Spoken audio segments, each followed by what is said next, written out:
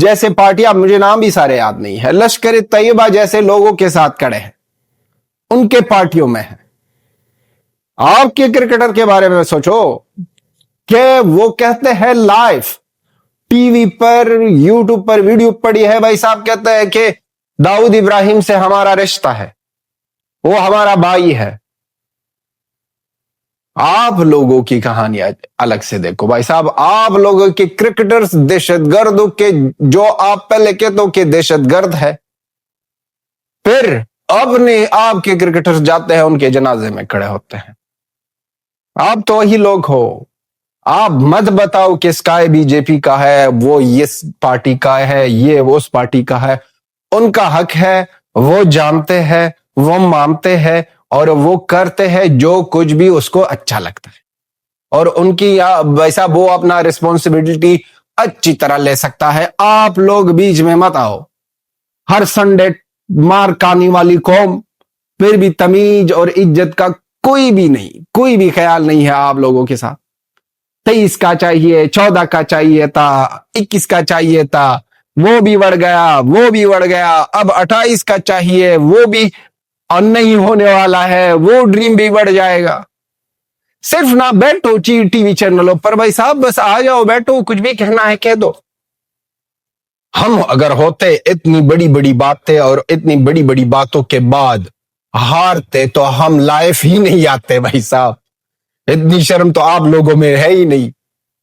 ہمارا اندر کا شرم ہے بھائی صاحب. ہم میں شرم اتنا ہے کہ اگر اتنی بڑی بڑی باتیں کریں اور ان کے بعد بھی اس طرح کی چیزیں، حرکتیں دیکھو بھائی صاحب.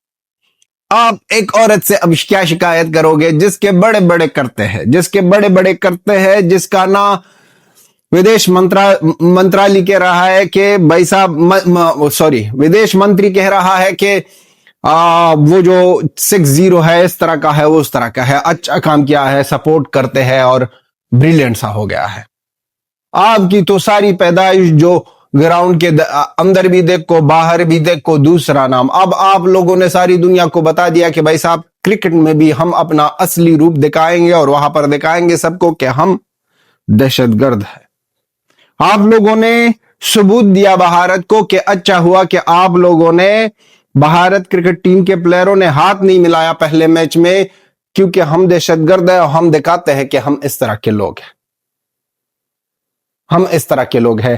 ہارے سروف سمر جاؤ. آپ نہ کرکٹ کی بارے میں کیسی بات کرتے ہو؟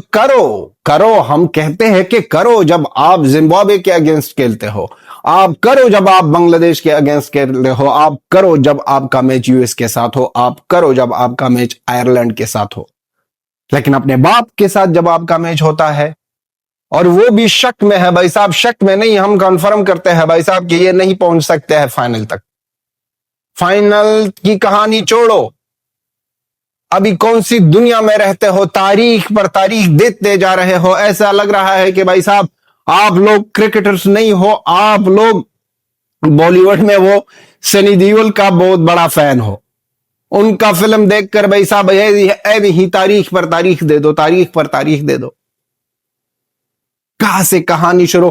اب اگر فائنل ہو جائے، فائنل اگر غلطی سے یہ لوگ آ جائے فائنل میں بھی، بھارت اس کو پیٹے گا، پھر یہ 2026 کی T20 ورلڈ کپ کے بارے میں بات کریں گے. اور اگر یہ فائنل 99.99% کنفرم ہے کہ فائنل نہیں پہنچ سکتے، اگر نہیں پہنچے تو پھر بھی 2026 کا ورلڈ کپ کو ہم دیکھیں گے، اور وہاں پر ہم بدلہ لیں گے، وہاں پر ہم یہ کریں گے، وہاں پر ہماری یہ کہانی ہوگی. اسکائی کی یہ جو سٹائل ہے، اسکائی کا یہ جو ایٹیٹیوڈ ہے بھائی صاحب، اس سے بہت زیادہ دقت ہو رہی ہے پاکستانیوں کو اتنا جلن ہو رہا ہے، اتنا درد ہو رہا ہے اسکائی کا ایٹیٹیوڈ دے کر، اور اسکائی جس طرح سمجھداری سے ہنس ہنس کے جواب دیتا ہے، اور ان لوگوں کے ہنس سے، اسکائی کے ہنسنے پر نہ ان لوگوں کی پٹتی ہے. پیٹے ہو اپنے باپ سے، پیٹے ہو اپنے دائرے میں رہو، اور باپ کی بے عزتی کرنے کی کوشش مت کر، کیونکہ آپ لوگ تو بے عزت نہیں کر سکو گے، اور خود تو ذلیل اور بے عزت لوگ ہو. اور بھی اپنے آپ کو دنیا کے سامنے رکھتے ہو کہ آپ کتنے حرامی للو شلو پنگو ہو بھائی صاحب. دوستو یہ جو حارث رؤف نے کیا، یہ جو فرحان نے کیا، اس باتوں پر آپ لوگ ناراض ہی مت ہونا. یہ ایسے ہی ہے، توقع ایسی رکھنی ہے پہلے سے کہ یہ لوگ ایسی ہی حرکتیں کریں گے. نہ ہی دھیان دینا، نہ ہی غصہ کرنا، کیونکہ جو ہے وہ ہے. جو بچپن سے جس طرح کے لوگ ہیں وہ ہے. اب کیا کریں؟ اب اس میں تو کچھ چینجز بھی آپ نہیں لا سکتے ہو. جس کے ماں باپ، جس کی فیملی، جس کے بڑے، جس کے ٹیچرز، جس کے سکول، جس کے مدرسے، سب نے یہی چیز سکھائی ہے. تو آپ ان لوگوں سے قصہ شکوہ گلا کچھ بھی نہیں کر سکتے. سنو بیکاریوں، آج فائنل نہیں، آج سری لنکا کے اگینسٹ کھیل رہے ہو.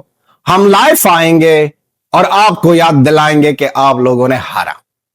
آئیں گے، بعد میں آئیں گے، کانگریچولیٹ کریں گے آپ لوگوں کو کہ آپ لوگوں کی ایک بار پھر اصلیت سامنے آ گئی. آپ لوگوں کی ایک بار پھر سب کچھ دنیا کے سامنے رکھ کر دیا بھائی صاحب.